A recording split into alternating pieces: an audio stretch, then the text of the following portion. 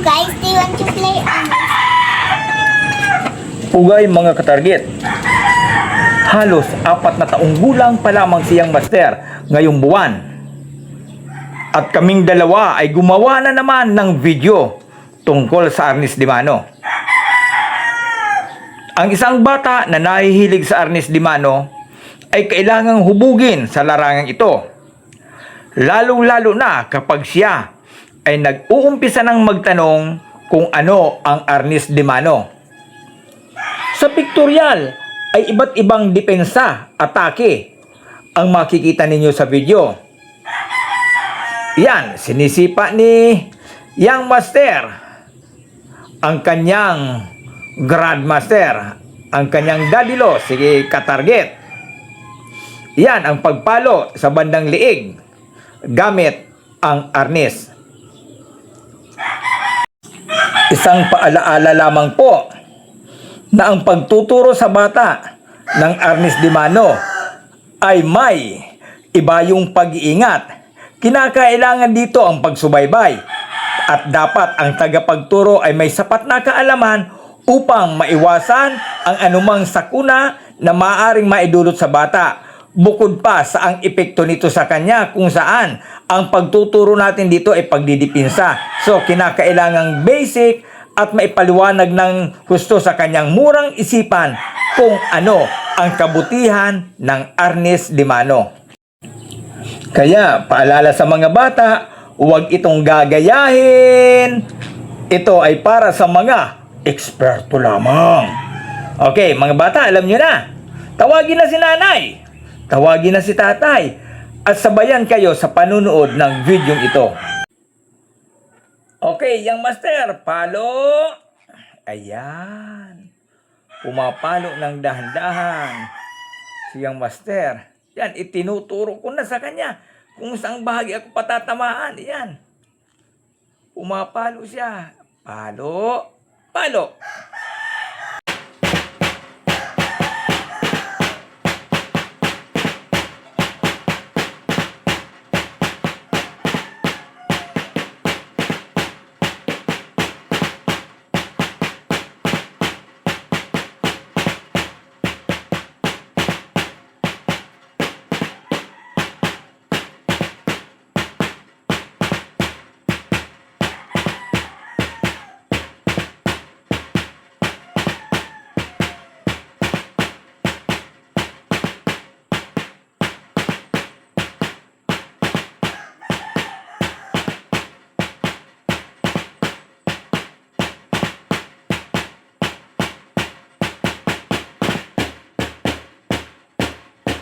Siyang master ay aking apo at kahit nung 2 taong gulang pa lamang siya ay kinakikitaan ko na siya ng pagiging mahilig sa larangan ng sining martial kung saan kapag ka nakikita niya akong nag-iinsayo ay ginagaya niya ito.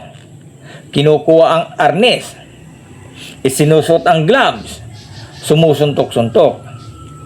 At nung kanyang 3 taon ay nagsimula na siyang magtanong kung ano ang ginagawa ko at ipinaliwanag ko sa kanya ito na ako ay nag-iinsayo ng sining martial.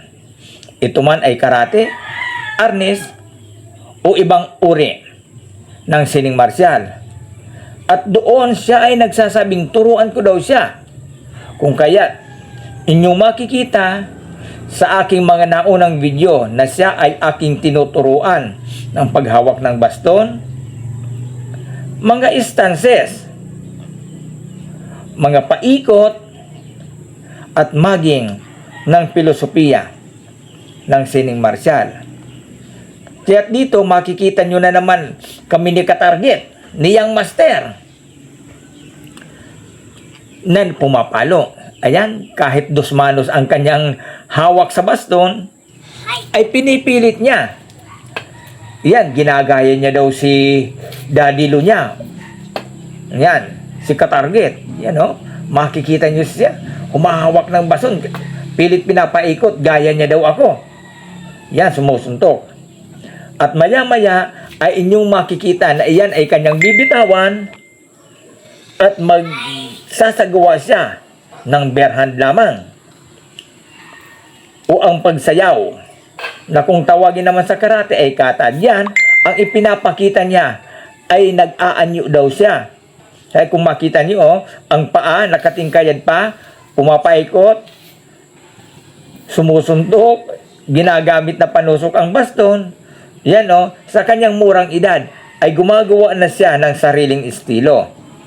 At sana sa kanyang paglaki ay patuloy pa rin siya sa pagiging mahilig sa larangan ng sining martial na ito. Ang ating ipinagmamalaking Ernest de Mano. Siya nga pala mga katarget, abangan ninyo ang aking aklat tungkol sa Ernest de Mano. Malapit na itong maipublish. Okay, sige mga katarget. Tingnan natin si Yang Master. Okay, paikot. Yan, kamuntik-muntikan ang likod niya, tingnan niyo.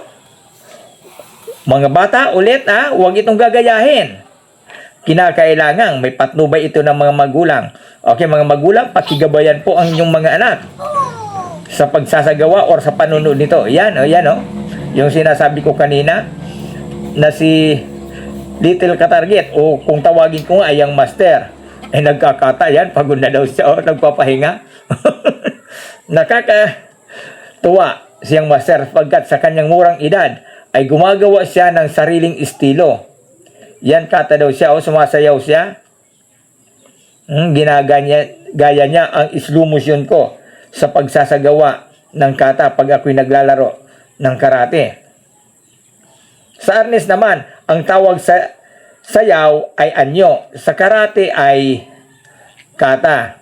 Yan, kaya kung papansin niyo dito, halo-halo si Yang Master. Ngunit, alam niya kung ang kanyang nilalaro ay Ernest at alam niya naman kung ito ay karate. Huwag pong malilito. Kaya nga sabi ko, kinakailangan ang isang bata, kinakailangan masimulan sila sa proper na pagtuturo.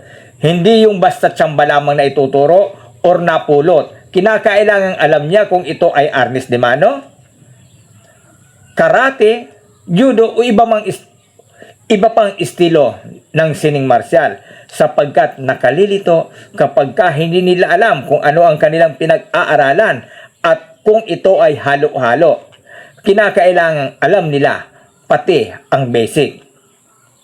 Okay, yan mga katarget sumisipa siya a combination sapagkat ang ating laro po ay Ernest Borsido, kung saan ang Ernest Borsido ay a combination ng iba't ibang uri ng sining martial.